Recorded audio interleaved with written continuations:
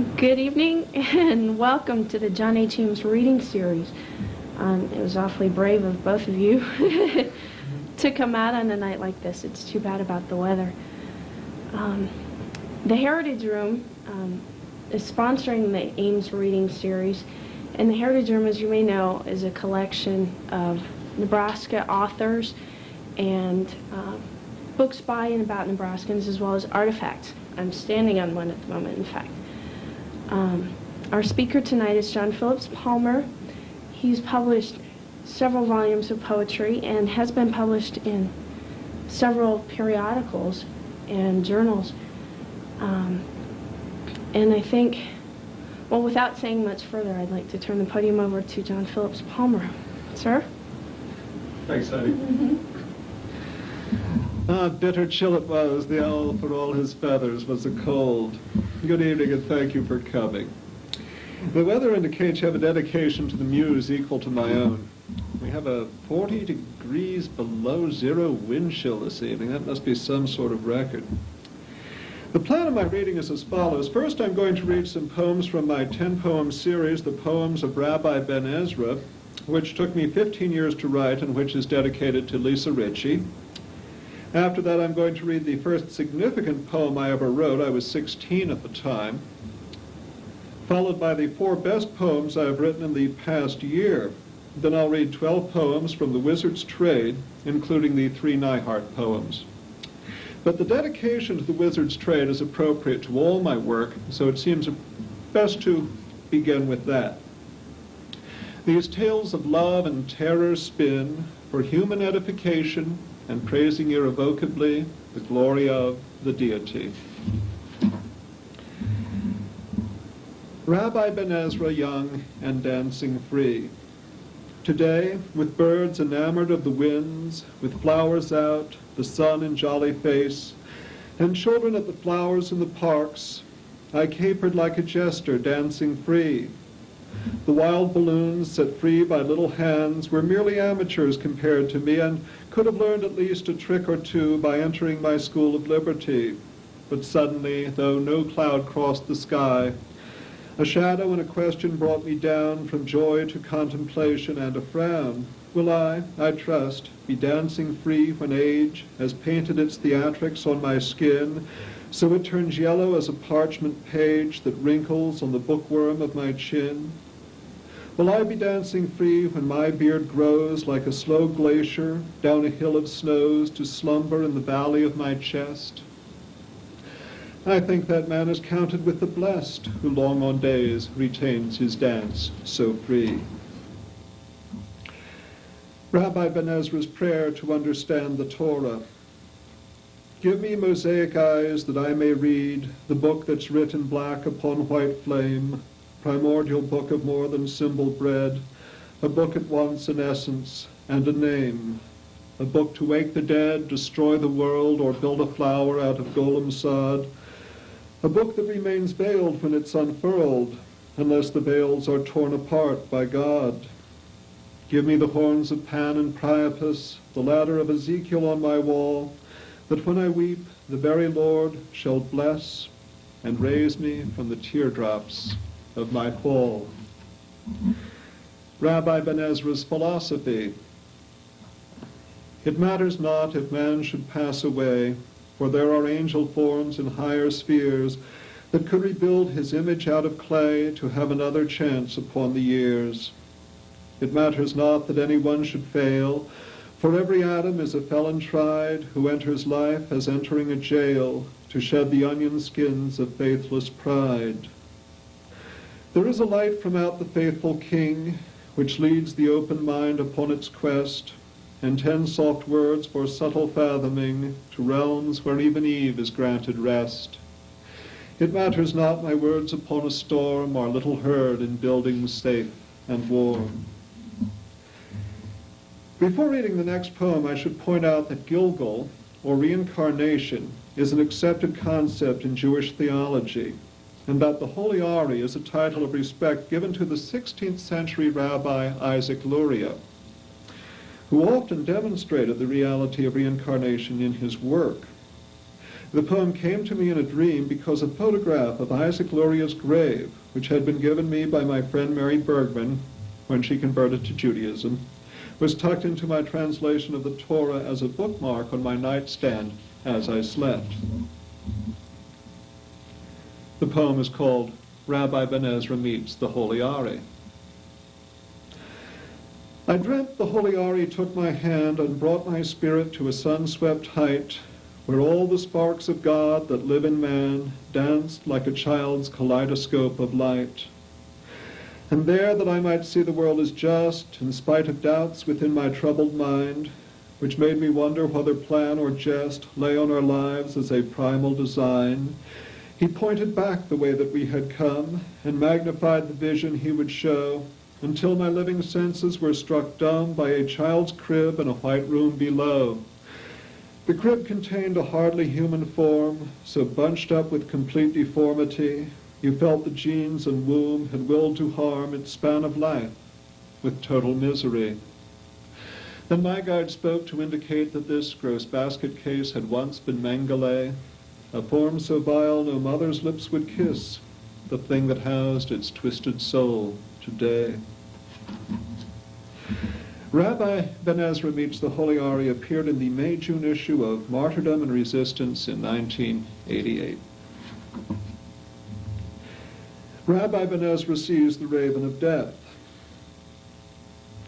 That grackle with its broken wing and blood to leave a spatter track of injury as it goes hopping through the chilly mud is much like me if hawks and black adepts are both cut from the cloth of misery. For I was harmed in soul or astral part, as though a shadow fed upon my heart. Impossible to aid the wounded thing, which still could run quickly and somewhat sing, if wild distress be counted melody. I watched it cross the ditch and climb the hill in what was pain and hardly ecstasy. Now I at least have chronicled the tale, repaired my soul's swift tatters with pure light, and rise again as songbirds to the gale, to test conditions as my will accepts. But will that wounded bird again know flight, or climb the clouds renewed, redeemed and bold? Unless by child or kitten in the cold, it's killed. While musing thus, I heard a voice reply within my flesh, and not from out the sky, think not that if a humble grackle falls, its fall is not recorded, and above, an angel is assigned to heal with love what bleeds and hops, and to its kindred calls. Rabbi Ben Ezra speaks about his poetry. It seems impossible for me to trace in lines of protest, politics, and prose the social conscience of the world's disgrace, as though it were a feat to blow my nose upon the newsprint. Headlines of the day, folded as ships by children at their play, must float away. How can a man write honest poetry on bad paper? The hand may plot the words in something kin to deathless imagery by force of habit. Instinct guides the birds to seek a certain temperature there. But even with technique, the lover's care will not be there. I am compelled to seek for something more to thrill the mind than dull comparison. The weathered crackle on a country door and conversation between thinking men, the flight of geese, the girl beneath the tree, become the themes of modern poetry for men like me.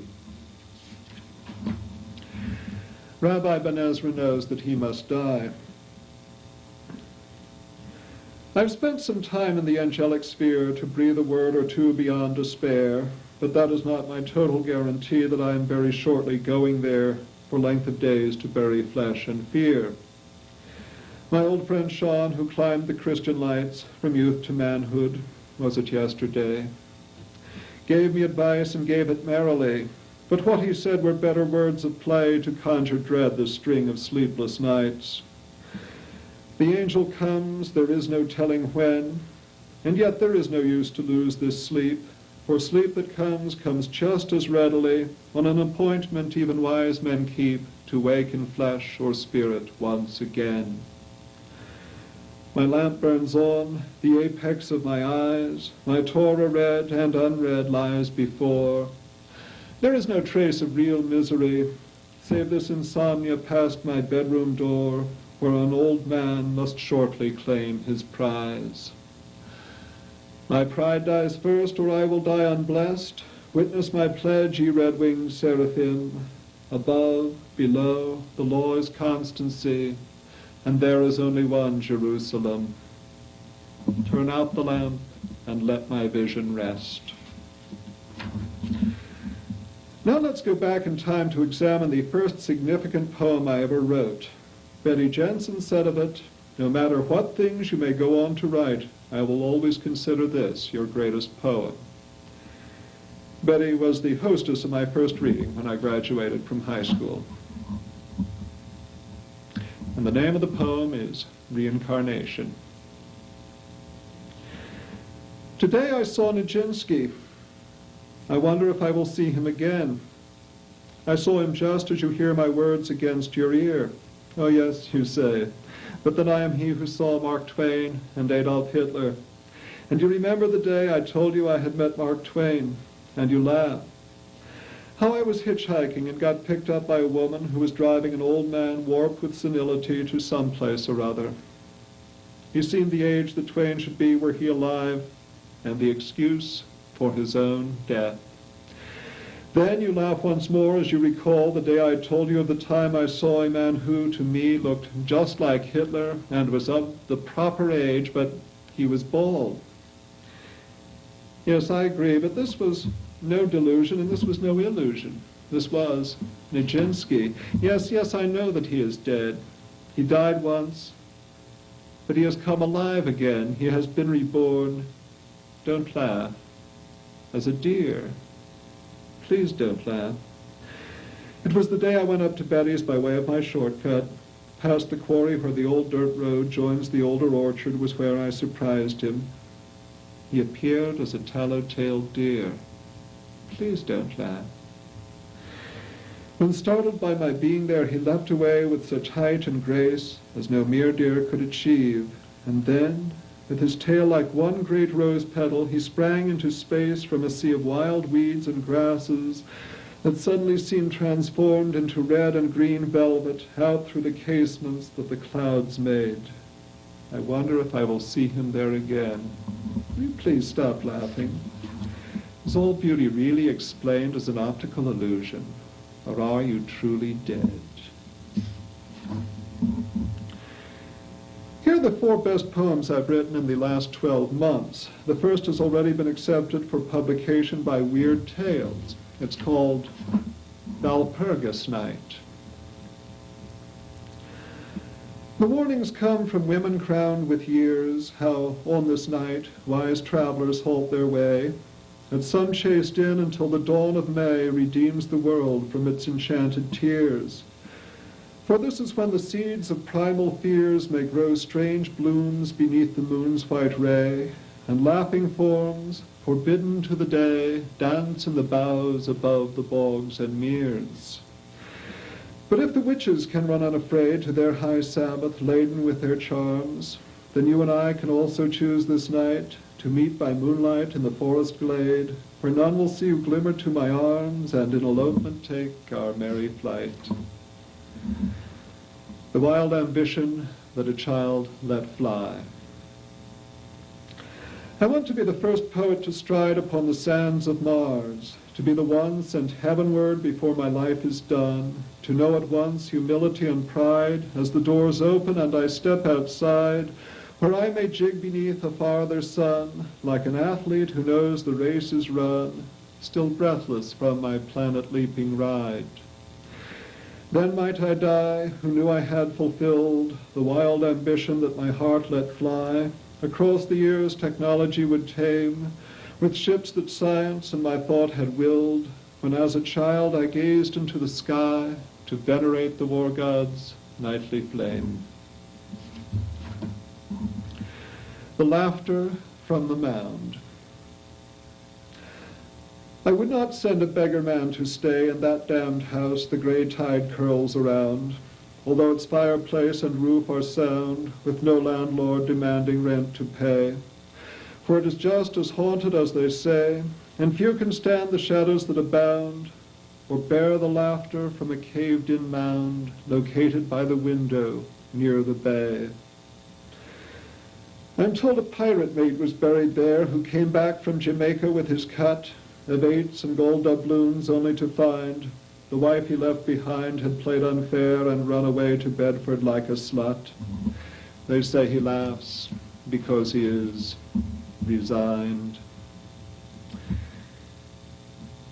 This one's called Commemoration of Our Debt to Bears. It's a science fiction poem. It takes place on Bear Day in the vast future at a Boy Scout convention where we commemorate our debt to bears for serving as the first deep space astronauts, and it's dedicated to Marge Simon. We honor bears that served as astronauts in those first flights across the galaxy before we let our craft be piloted by human beings who could not sustain the trance-like sleep required by the flight. Those bears survived because of hibernation. We did learn that a type of hibernation could be induced in human astronauts, so you and I could sleep throughout the flight from star to star across the galaxy. But bears were used before we could sustain all those light years our software piloted. The starfolk thought our craft were piloted by those bird beasts who woke from hibernation, but seldom found the food that would sustain their far career as deep space astronauts. And so they died out in the galaxy just after they succeeded in their flight. But some survived for years after their flight and roamed far from the craft we piloted, as much at home in that flung galaxy as they had been while in their hibernation, forgetting that they had been astronauts because they found the nurture to sustain. We learned that IV feeding could sustain those noble brutes asleep throughout their flight, in which they were unconscious astronauts, in craft they never could have piloted until they woke from their long hibernation on some far planet in the galaxy. For those that died in some far galaxy or found once there the nurture to sustain, we honor bears their induced hibernation and sing in praise their well-remembered flight, without which we could not have piloted the ships that bear our present astronauts. Salute the bears, their galaxy of flight. Sustain salute with honor piloted the hibernation of such astronauts.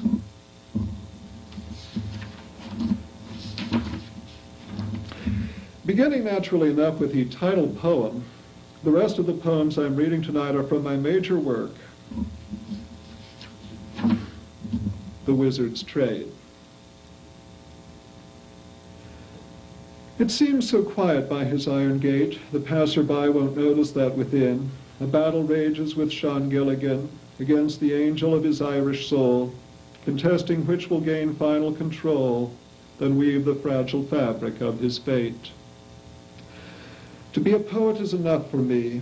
Why should I trick into a triangle and tame anew their tiger mystery, those unblessed demons of the inverse tree? Because old magic sings its siren song.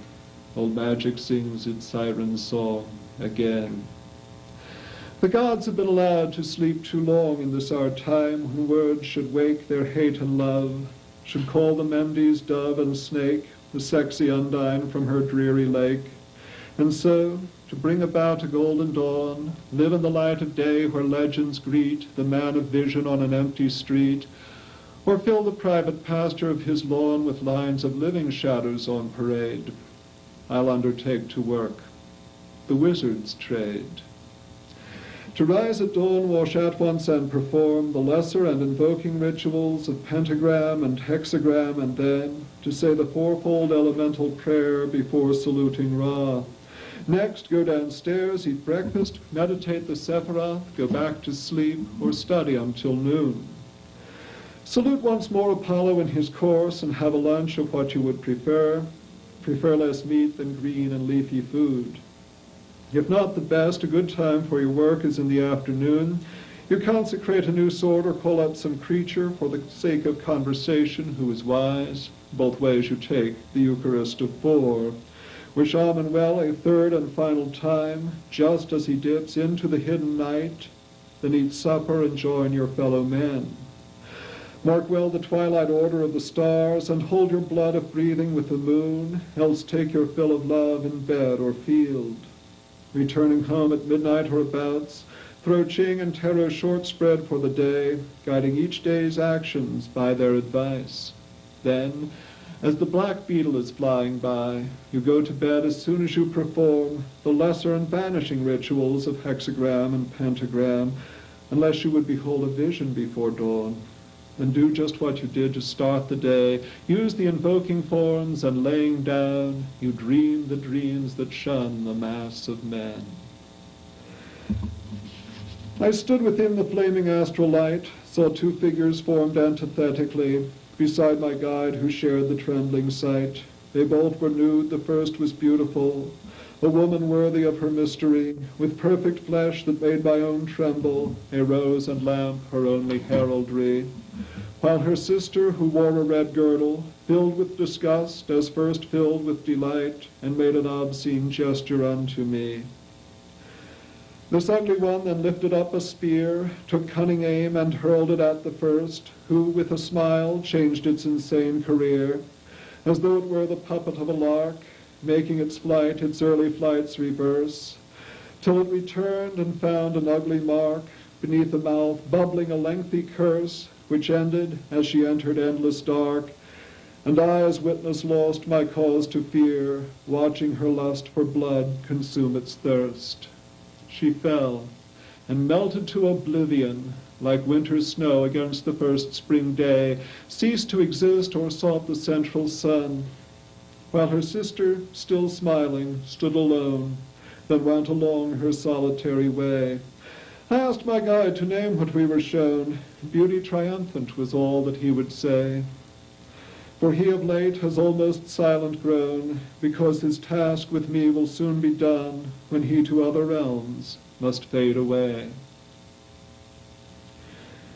Returning home to write up your record, beware attacks upon the lower plane from that repulsive crone, Lilitha Dane, who sends her mentors out along a cord that's slimy as intestine from a calf.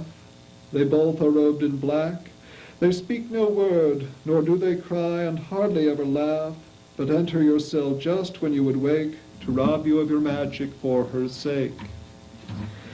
They drag your soul from out its sleeping flesh, with their strong arms embrace it or enmesh, and try to drag it from your holy room, so she may enter in and then destroy your wands and weapons on her makeshift broom. But you are stronger, and with all their weight, drag them before your altar and their fate. The sword is found, the banishment performed, you know that they are permanently harmed. So starts the perfect flower of a day, when at sunrise the shadows flee away.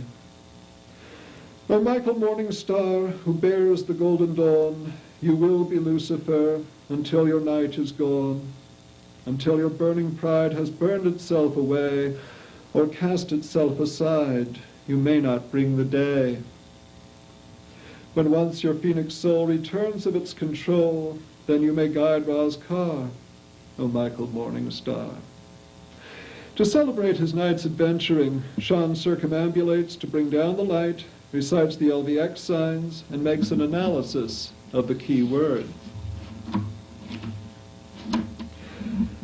Let each apprentice magician be like this wise Sean Gilligan, who quits the night to seek the day, no matter what his Catholic kinsfolk say. He knows the cause of miracles, from christenings to funerals, and studies well that he may seek entrance beneath the sacred peak, where Fratero's cross, sleeping still, exerts his adamantine will, where the great masters celebrate white magic in a world of hate, and where the old Egyptian gods make sport and lightning with their rods.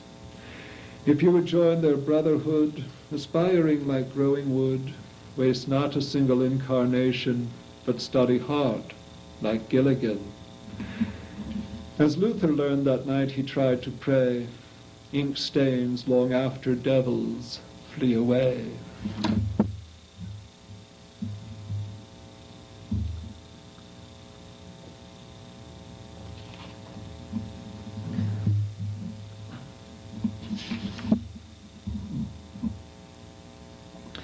I was befriended by Dr. Neihart when I was poet laureate at Pershing College and visited him at his home on several occasions.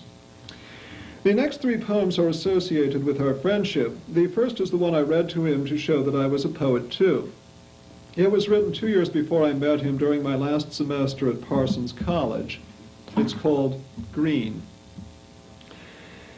If my eyes were put out, or the sun went blind at this moment that I walk through our town, and I must choose one picture for my mind from all I've been allowed to love and see, to hold until the rest of me breaks down, I'd choose this last scene till eternity.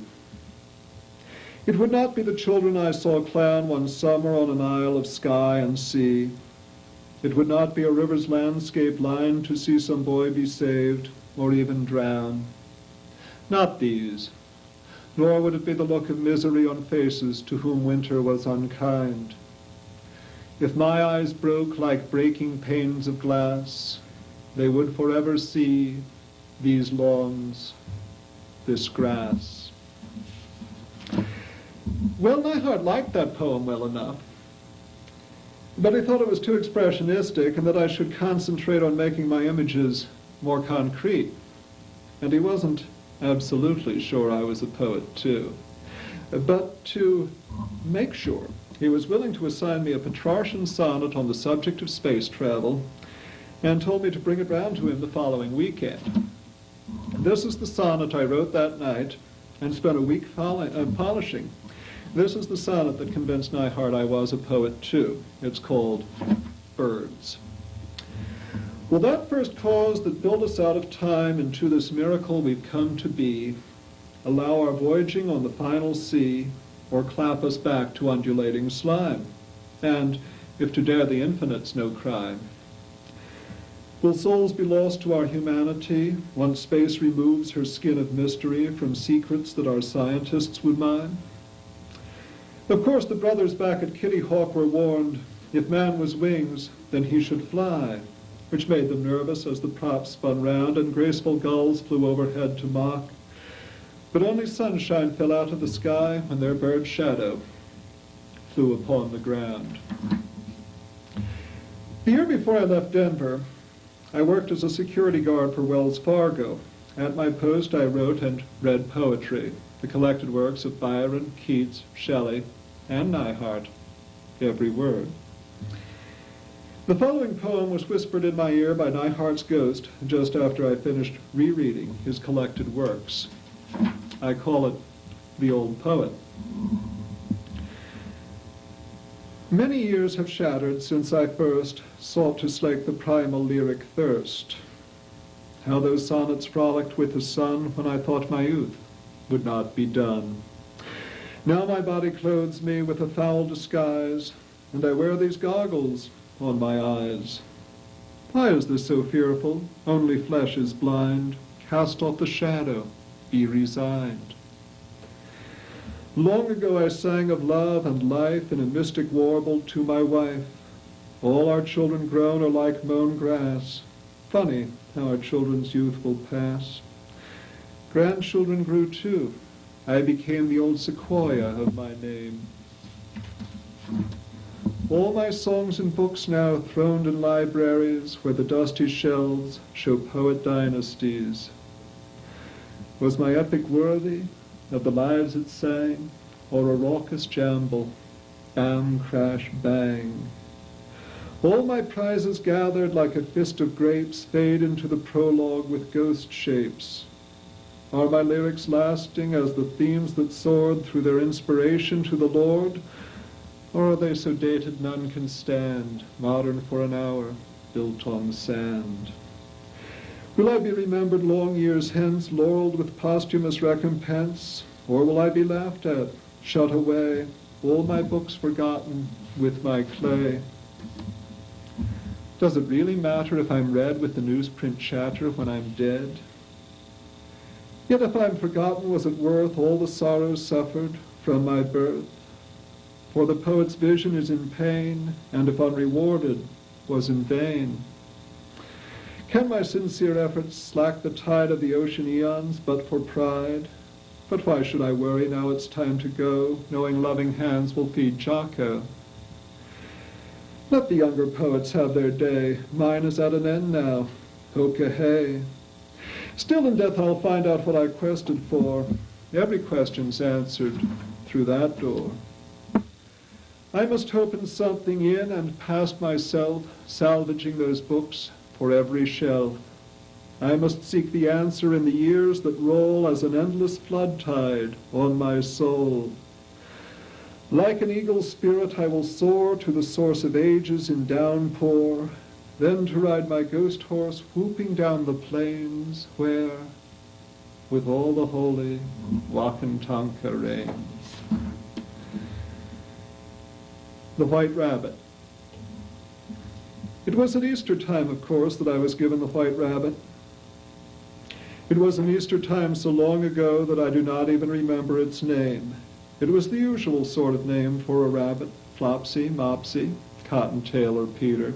He, or maybe she, I was very young at the time, was a good rabbit as rabbits go. And I remember distinctly he was not a very carrot-eating rabbit. One day, about a year later, he melted into the forest behind our house as though made of milk chocolate.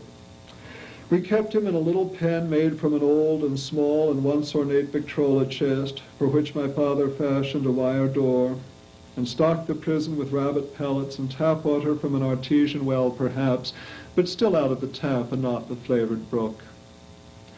The cage was hung high on the tool shed, safe from cats and dogs and other rabbit eaters. The white rabbit tried to run away. The first few times he was not very successful. But that last time he caught on, it was possible to outrun my father. I couldn't run fast, so I didn't count, I only cried. And so it came to pass the rabbit ran away. I remember it as the great race of my childhood. Only my father returned to base, and he apologized for being an unaesop tortoise. We stood side by side, gazing up the hill. My mother came out and joined us. He has gone back to his people, she said. But I was worried, for I knew his people were white and the people of the forest were brown. Perhaps his coat would get him through the winter, but foxes might easily see him in the summer. 3 days later, as if there were a need for waiting, our hope was over that afternoon he had escaped, since we had not gone to the feed store that evening or seen the seedy man who sold the pellets there. My father took down the little cage to break it up, and the tool shed had a clean patch on it. But while he worked, the sun was setting, and I soon ceased to think of the pet I'd loved so truly while we kept it. Years later, I almost a young man now, though still a boy, my father and I hiking high in the meadows upon the hill behind our house, we were startled to startle a great wild rabbit, white as the summer vanquished snow, and watched in awe as our previous pet antelope the field, the long field in a few long bounds like a god, and like a god was never seen again. White rabbit, if I were free to run as you delight to now, wild in the fields and forests man cannot really tame, then I would be a woodland god as you, a shaggy satyr free to worship instead of being mortal, bound by my spiritual poverty. It is not that only the gods may laugh, but that they only do. Man cannot really tame.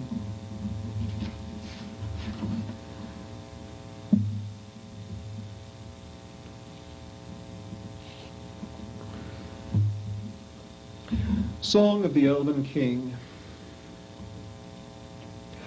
I who have been past hate and sin to the land of heart's desire, recall while there that the winter air was less like ice than fire, that the loving breeze through the naked trees seemed like an angel's lyre, that the creatures came who are not the same as your science books have told you, and they bowed to me and they sang to me of the ways that they control you, but they also swore by the robes they wore to serve me and remain true. And for this pact there was just one fact that I promised them forever. I would serve the light and quit the night like a change within the weather, and craft each a soul from the oversoul, that they might call Christ their brother. All you who delight to sit at night by coffee and the cradle, with a pleasant book where you read or look from electric light or candle, shall never know where the Elven go by wish, soft breeze, or sandal. Nor will you guess at the aid I bless with my priestly hands they gave me, when on that night of deadly fright Black Arthur tried to tame me, for his magister who is Lucifer, but could not bend or shame me. Full moon. She rises like a love song in the sky for astronauts, poets, and scientists to gloat on in their useless sort of way, while in the woods and fields the lovers go. This is the night that stout Lilitha takes her mandragore to bed, and Black Arthur, his mind a bubbling cauldron of bad will, grinds down an iron magnet into dust to feed a hungry, blind, and stupid stone.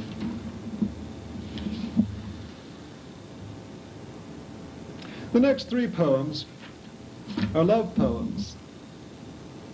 And the first is called Her Last Photograph. Then poets all are disappointed men, and crazed to love a hag of bones like sticks to hold a blouse up in a field of corn. But long ago, when she was young enough to win a heart and break it in a breath, you could not help but love her, as did I.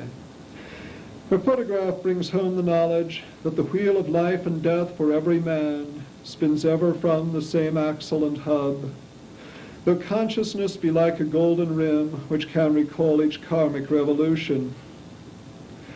100 years the wiser I can smile at all my bygone folly and admit, whatever plane or world she's dwelling on, there's not a single thought she wastes on me.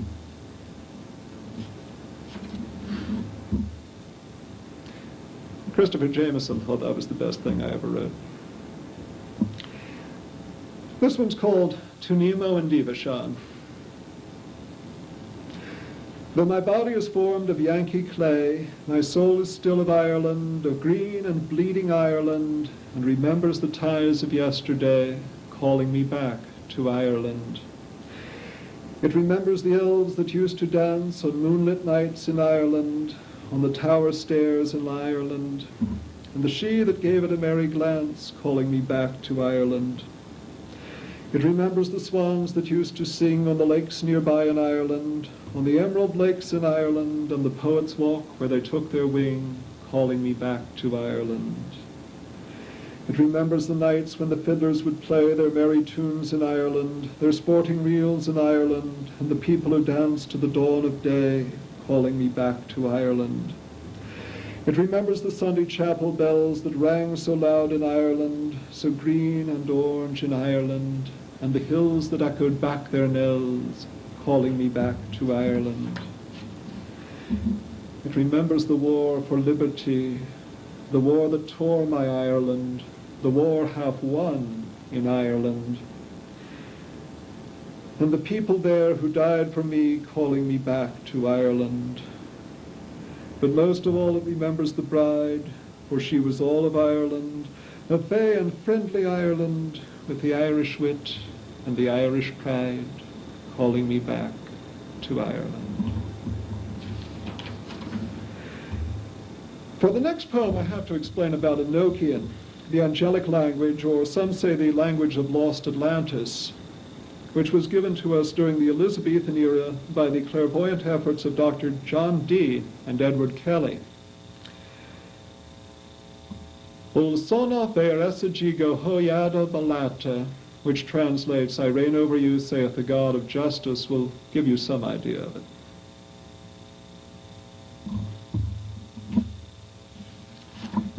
The poem is called The High Priestess. Though whether blue or green is hard to say, my priestess eyes are deeper than the seas, where ordinary dolphins splash and play, or than those waters set beneath the breeze of astral currents, where the undines fay swim ever watchful and attentively seek images that focused fade away. Her words are better than my poet's spell, less craft, more honesty in what she speaks, than my hot-forged and splendid-figured bell can clap and cadence in a span of weeks. Her words are holy as a mantra sung by modern priests who know Enochian. And so to her I turn my thoughts tonight, who hopes each flower worthy of her hair, though we have never met save in that light which keeps the deeds of men, both grim and fair, the image also of her face and brow. At any rate, I think upon her now. We have not met, but you belong to me, declare these cards in splendid prophecy. I wrote that 20 years ago, and people always come up to me after a reading and ask me who I wrote it to. You know, John, we're both men of the world. Who'd you write the High Priestess to? Well, the fact of the matter is I still haven't the faintest idea. I'm beginning to hope I find out before I die of old age. And the swans have come back to the river is my last poem for the evening. And the swans have come back to the river. For 4 whole years I thought that they were dead, shot by hunters for a fancy supper. In my dark eyes saw them butchered and bled, but oh, they are back, mated and flying, with the river's flood and the winter's dying. Against the dirty flow of ice and mud, and just above its waves, they swim through air.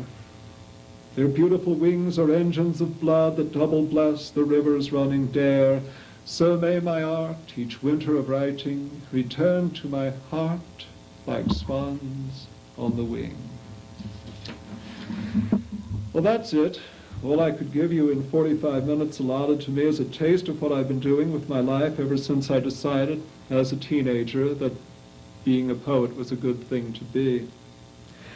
I hope you enjoyed it. I'd like to invite everyone who came out tonight to come over to the Lincoln Room at the Cornhusker and have a glass of champagne with me right now. And if anybody ever asks you who your favorite poet is, tell them John Phillips Palmer of Perth, Nebraska.